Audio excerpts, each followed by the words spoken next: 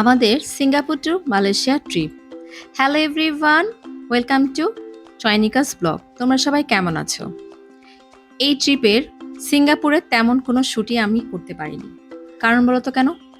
কারণ আমি এতই মশগুল হয়ে গিয়েছিলাম নিজের মধ্যে, ফ্যামিলির মধ্যে, আমি শ্যুট করতেই ভুলে গিয়েছি। যদিও কিছু পিক তোলা হয়েছে, কিন্তু ভিডিও কোনো শ্যুটই করা হয়নি। লাস্ট মোমেন্টে মনে পড়েছে, তাই করে নিয়েছিলাম। এই তো আমাদের হোটেলস রুম যে আমি একটু ট্যুর দিব, সেটাও করতে পারিনি। আমরা যেহেতু পরিবারের ৩ জনই গিয়েছিলাম, ছোট্ট একটা রুম। সবাই জানো তোমরা, সিঙ্গাপুর খুবই এক্সপেন্সিভ। বস হোটেলের এই বাইরের দৃশ্যটা তোমাদের দেখিয়ে নিলাম। আর ওদের সব কিছুই সুন্দর ছিল, আমার কাছে খুবই ভালো লেগেছে। আর যেটা নিয়ে আমি খুব বেশি চিন্তা করি সবসময়, টয়লেটটা খুবই ভালো ছিল, নিট অ্যান্ড ক্লিন, সব কিছু ওরা ক্লিন করে দিয়ে গিয়েছে, কোনো সমস্যা হয়নি। তারপর আমরা চলে গিয়েছিলাম মালয়েশিয়ার লাঙ্কাউইতে, হলিডে ইন রিসোর্টে। এটার কথা আর কি বলবো, এটা তো পুরো একটা অ্যাস্থেটিক একটা জায়গা। এখানে গিয়ে তো আমি আরো অবাক, এত সুন্দর জায়গা হতে পারে। এই এত নিরিবিলি একটা জায়গা, খুব পোলাইট ওরা, ওদের ব্যবহার খুবই সুন্দর, অ্যাম্বিয়েন্সটাই খুব সুন্দর ছিল। পরিবার, তারপর তোমরা যদি কাপল কেউ যেতে চাও, তোমাদের জন্য আমি বলবো এটা বেস্ট একটা অপশন। খুবই সুন্দর একটা জায়গা। আর তোমাদের জন্য আমি যতটুকু পেরেছি বা আমার নিজের জন্য আমি করে নিয়ে এসেছিলাম এই শ্যুটগুলো, যেহেতু আমার জায়গাটা খুবই ভালো লেগেছে। এখানে আর তেমন ভুলিনি, ফার্স্টেই গিয়ে কিছুটা ক্লিপ আমি নিয়ে নিয়েছি। এই রিসোর্টের একদিকে যেমন সমুদ্র, আরেক দিকে হচ্ছে গ্রিনিশ একটা অ্যাম্বিয়েন্স। সব মিলিয়ে জায়গাটা খুবই পোলাইট, নিশ্চুপ। আর সমুদ্রের জায়গাটা এত সুন্দর, নিট অ্যান্ড ক্লিন, কোনো জায়গায় কোনো ময়লা আবর্জনা তো দূরে থাকুক, এমনকি কোনো আজে বাজে কোনো লোক সমাগম ওরকম কিছুই না। যেহেতু এই রিসোর্টের এটা প্রাইভেট বিচ, এখানে একদম ফ্যামিলি নিয়ে বা কাপল যারা আছো তোমরা তোমরা খুবই সুন্দর একটা সময় এখানে স্পেন্ড করতে পারবা। আমি একদম সুন্দর করে আর কি, এই জায়গাটা যেহেতু আমি সুন্দর করে সময় পাস করতে পেরেছি, তাই তোমাদেরকে আমি শেয়ার করলাম তোমাদের সাথে। আর এখানে বিকেলের সময়টা সানসেটের দেখো কি সুন্দর।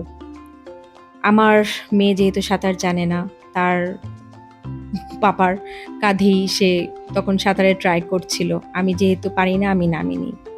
আর শুধু যে আমরা হোটেল পর্যন্তই ছিলাম তা নয়, আমরা সাইট সিনও করেছিলাম। যদিও তেমন করা হয়নি, বেশ গরম ছিল, আমি গরমের জন্য অনেক জায়গায় যেতে পারিনি, কিন্তু এই ইগল পয়েন্টটা আমি আসলে মিস করতে চাইনি। খুব গরম ছিল, কিন্তু ওই যে বলে না যে একটা কিউরিওসিটি, যে না যাব, গিয়ে দেখব আসলে জায়গাটি কেমন। আসলে খুবই সুন্দর, পাহাড় পর্বত নিয়ে এত সুন্দর একটা জায়গা। গরমের মধ্যেও আমরা বেশ এনজয় করেছি। আর তো সেটা তো তোমাদের বললামই, আমি যদি কখনো যাই আমি আবারও যেতে চাইবো এই জায়গাটিতে, এত সুন্দর লেগেছে আমার। তোমরা ট্রাই করবে যাওয়ার জন্য, এই প্লেসগুলো ঘুরে আসার জন্য। যাবার মুহূর্ত চলে এসেছিল, খুবই খারাপ লাগছিল যে ফিরে যাচ্ছি। আর এখান থেকে আমরা ডিরেক্টলি তখন চলে গিয়েছিলাম কুয়ালালামপুর।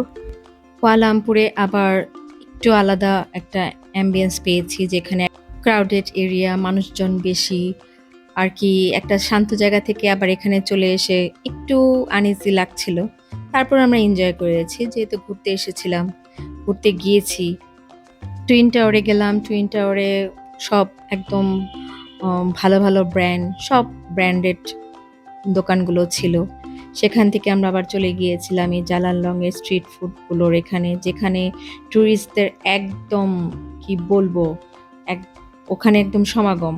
ট্যুরিস্টদের জন্য এখানে হাঁটাটাও খুব মুশকিল, কারণ এখানেই মনে হয় সবাই যায়। আর আমরা গিয়েছিলাম একদম লাস্ট মোমেন্টে।